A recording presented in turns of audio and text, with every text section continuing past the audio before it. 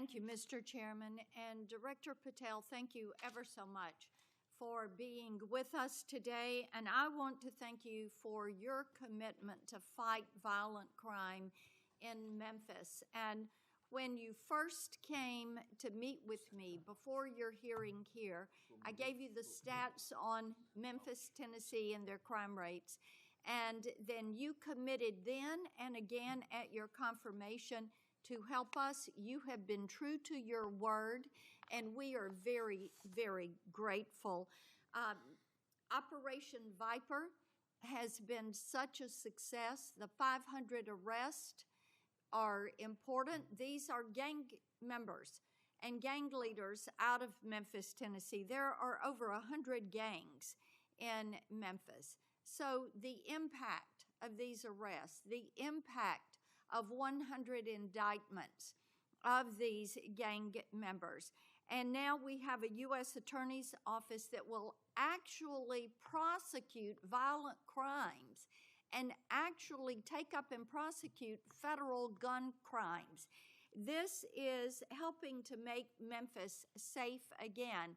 And yesterday at the White House, to have the president announce the second phase of this with bringing in the Guard, and we've got ATF and DEA and the U.S. Marshals and Homeland Security, and the work that you and General Bondi and the President have done is so appreciated by the people of Memphis, Shelby County, West Tennessee, and I am ever so grateful for the work you've done. You know, one of the things as we talk about Memphis and what a vibrant and wonderful historic city it is, it's important to realize Memphis is one of the logistics hubs in our country.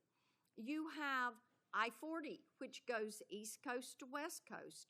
You have the Port of Memphis. You have FedEx. You have all 5 Class A railroads that are there, as well as so many companies that are important to Memphis. And I have found it so interesting that some of my colleagues want to complain about agents being taken out of the D.C. office and actually put to work in the field because they've been needed in the field. And you can look at the stats from Operation Viper and see the difference that they have made. And we so appreciate that.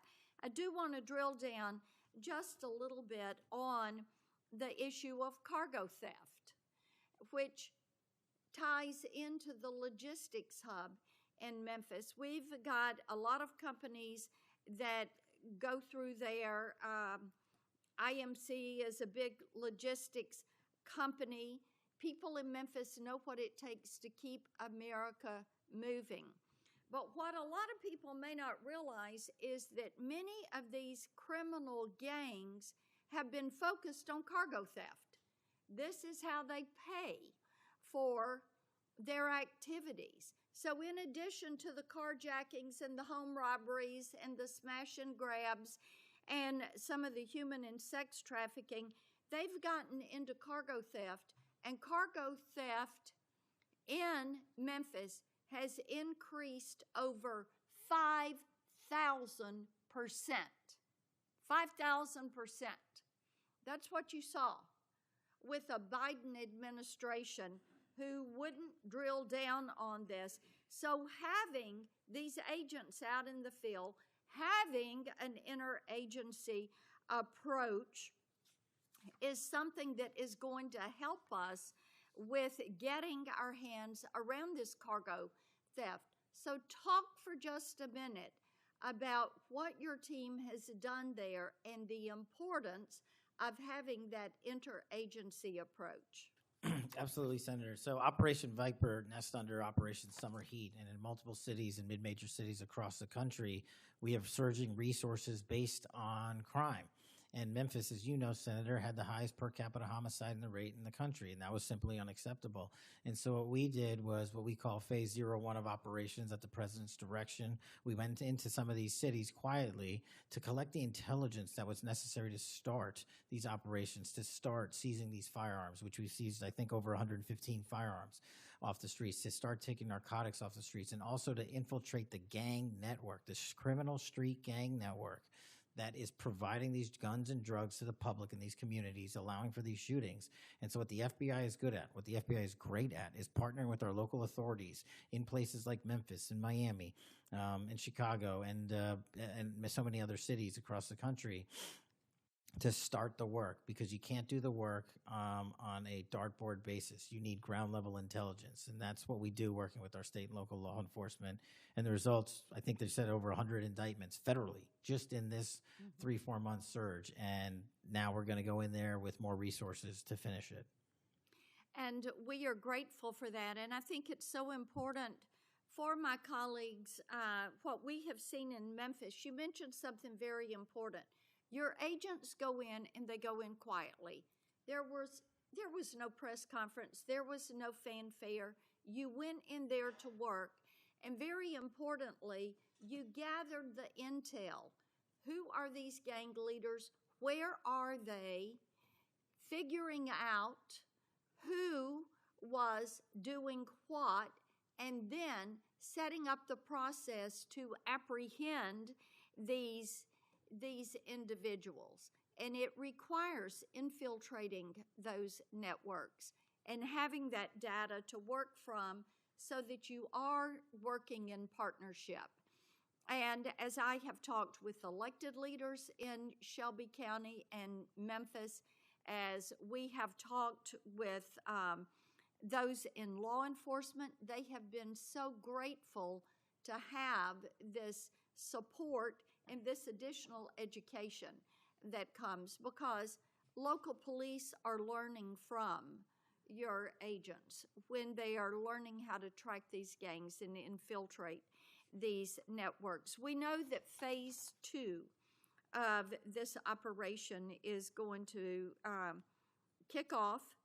The Guard is going to be there to support the Memphis Police Department, to help them kind of catch up, because they still have a lot of people on their board.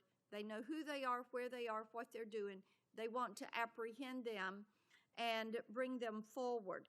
So talk a little bit about how phase 2 is going to continue to work to support the law enforcement efforts in Memphis. Well, it's just like what happened here in Washington, D.C. It takes a whole of government interagency approach where we're working with the Attorney General, the DEA, the ATF, the U.S. Marshals, Department of Homeland Security, because each one of those agencies has specialized capabilities. And when we surge together to work off of the ground level intelligence was collected, you see what happened in Washington, D.C. here. And that's the next phase of it, because you are able to utilize the National Guard to set up border perimeter operations. So when you go into an area, you have the secure workspace to get in there and stay in there. The key here, Senator, is sustained criminal investigations and sustained prosecutions that clear Memphis, like we did Washington, permanently, and leave behind a blueprint for what local law enforcement can do with our federal partners to sustain that. We don't want to go backwards, and that's critical, but we're in the next step. Sustaining it will be the last one. Well, and we certainly appreciate that. I do want to touch on Operation Restore Justice. And Senator Britt mentioned some of this very briefly, and I know that you and A.G. Bondi have done a tremendous amount of work in protecting children. I appreciate that. And we passed my REPORT Act last year, and President Biden signed it, and this does require social media to report to NCMEC so that we can have these perpetrators followed up with and apprehended. That's a good start. We're still trying to get the Kids Online Safety Act passed. That has been a bipartisan effort. We have looked with disdain at what has happened with Discord and Charlie Kirk's alleged killer. Talk for a moment about what else Congress ought to do in order to give you all the toolbox you need to apprehend these predators and pedophiles? Well, I think we need to go after the monetary backbone of this infrastructure, like we discussed earlier. I think we also need to make parents across the country aware of how invasive some of these social media sites are and how much criminal enterprise is going on and how easily these kids can be sucked into it. And also, the only way, in my opinion, to do that, as Senator Klobuchar and I believe Senator Graham had stated, was, we need to work on Section 230. It's been too long since we've addressed it. Nobody's being held accountable. They're making money, and our youth is dying. And Yes. that's just unacceptable. Well, we have that reform bill. Thank you, Mr. Chairman.